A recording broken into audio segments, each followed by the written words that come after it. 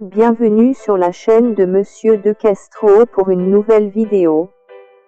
Chers téléspectateurs, aujourd'hui, nous allons vous présenter l'un des grands personnages qui a marqué l'histoire de la littérature française. Il est aussi l'un des précurseurs du romantisme français. Son nom est François-René de Chateaubriand.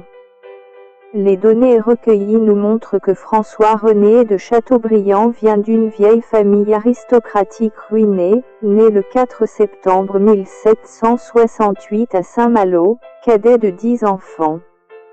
Éloigné de ses parents, à Plancoët où il est placé en nourrice chez sa grand-mère. Son père s'appelait René-Auguste de Chateaubriand, sa mère Apolline Jeanne-Suzanne de Bedée et sa conjointe Céleste de Chateaubriand. Quand René a eu 3 ans, son père, en réussissant dans les affaires, rachète en 1771 le château de Combourg, situé à 30 km de Saint-Malo, et c'est là que sa famille allait s'installer en 1777. François-René passe son temps au château de Combourg, avec son père, sa mère et sa sœur cadette Lucile. Dans cette solitude il sent se développer des dispositions à la mélancolie et au romanesque.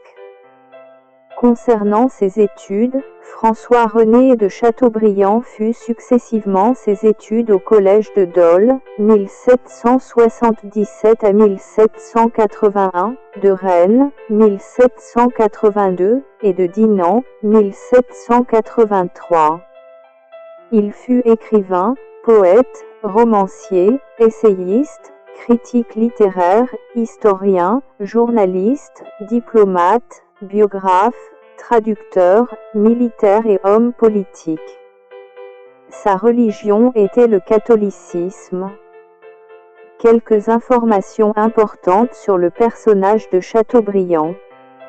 De 1786 à 1791, Chateaubriand fréquenta la haute société parisienne et les médiocres écrivains du temps.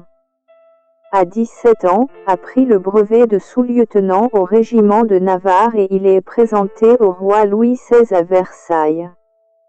À 19 ans, il devint capitaine. En 1788, il débarque à Paris, où il se lie avec des écrivains de second rang, Jean-François de la Harpe, Jean-Pierre Louis de Fontanes et d'autres écrivains de l'époque. Et fait alors ses débuts littéraires en écrivant des vers pour l'Almanach des Muses en s'inspirant de Corneille et Rousseau.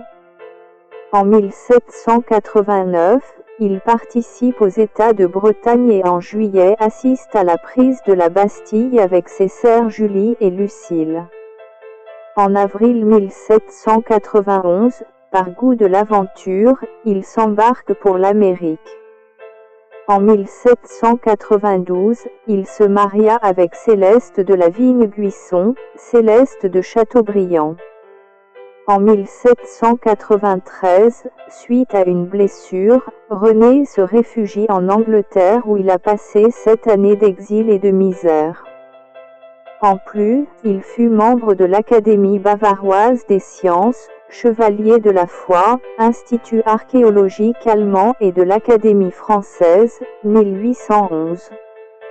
Il fréquentait le parti politique, Légitimisme, Comité Philhellène de Paris, Société des Amis des Sciences et American Antiquarian Society. Fonction dans l'administration de l'État. 28 décembre 14 août 1824, il fut ministre des Affaires étrangères.